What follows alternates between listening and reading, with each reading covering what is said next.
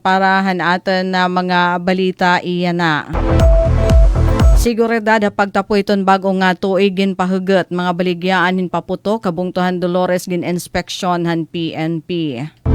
Agud masiguro nga taluwas ngan murayaw iton pagtapuhit bago nga tuig gindumara han Dolores Municipal Police Station inasa nga surprise inspection ha mga baligyan hin paputok didaan na sabi nga bungto panuyo hini nga malikyan aton anuman nga disgrasya ngan masiguro nga nasusunod an balaod. Waray pahuway aton mga otoridad ha pagpanguna ni Police Major Yumorfo Batlanggaw, officer in charge iton Dolores MPS, haira gindumara nga inspeksyon ha mga stall hin paputok ngan pyrotechnic devices ha Dolores Boulevard, Barangay 12, Vienna nga adlaw.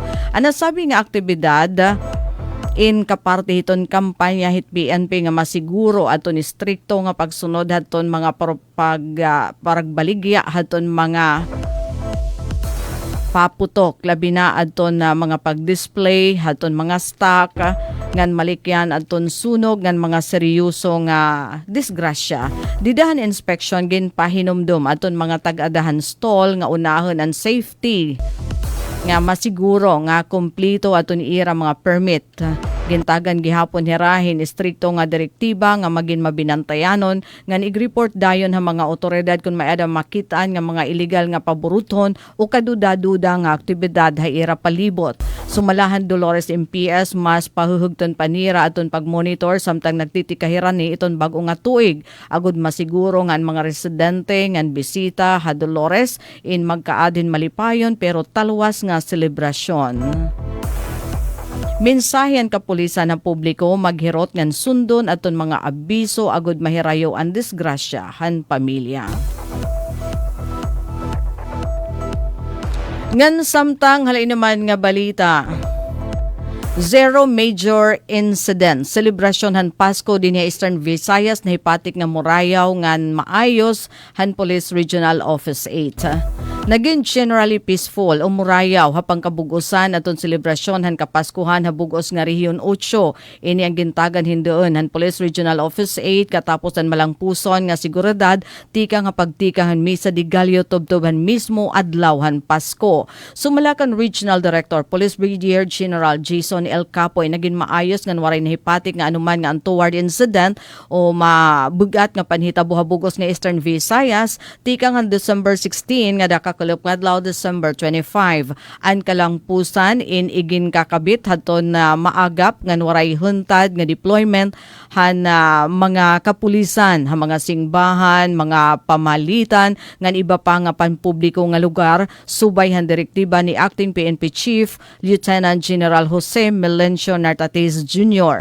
Sumalakan na General Capoy ang hitaas nga kalidad ang seguridad in bunga haton masusi nga preparasyon nganahan aktibo nga pakig binuligay ha komunidad han mga otoridad. Hailaruman pamumuno ni Capoy naging highlight gihapon ang seguridad ang paglunsad o igin lunsad nga uplan bantay kalsada. Pinaagi hini mas ginpahugot ang pagbabantay ha mga panguna nga kakalsadahan ngan mga accident prone area hailarumhan jurisdiction han Leyte Police Provincial Office ngan Tacloban City Police. Panuyo hini nga programa nga nga mapudngan aton krimen ngan masiguro aton kaligtasan han mga biyahero kontra haton mga disgrasya ha kalsada. Kasumpay hini nagpaabotin pagpasalamat ang pamunuan han PRO-8 publiko tungod ang disiplina ngan kooperasyon nga iginpakita habugos nga panahon han selebrasyon.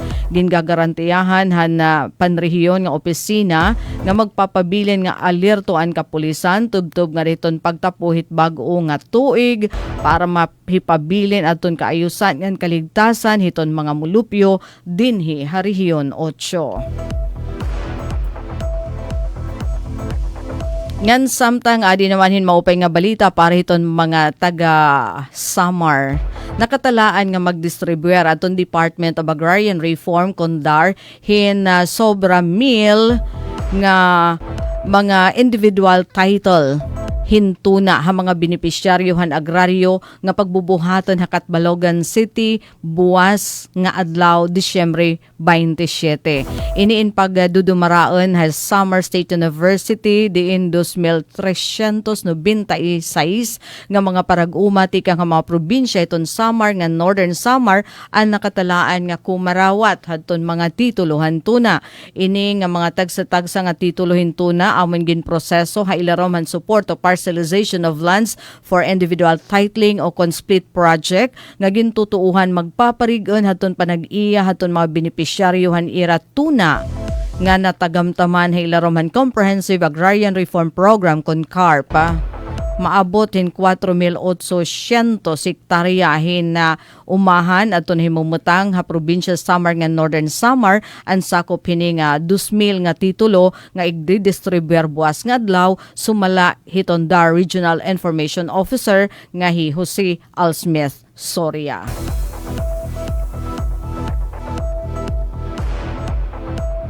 Ngan samtangalain pa nga balita, haro 50 na katawo ato na hipatik nga nasamaran darahin paburuton sumalahan Philippine National Police pera kaadlaw antes an bag-o nga tuig.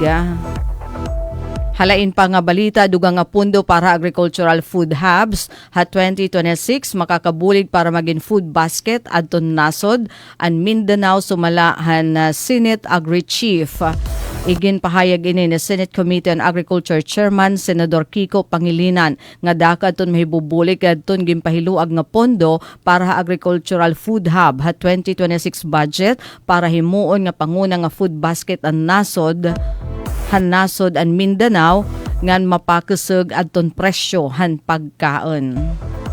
Mga kasangkayan, magpabilin nga nakatune na DYES para han bag-o nga mga notisya. Para Bagong Pilipinas, Daisy Lalosa Bilizar. Radyo Pilipinas, Radyo Publiko, Borongan. Mula sa pinakamalawak na newsroom sa buong Pilipinas. Ito ang Radyo Pilipinas News Update.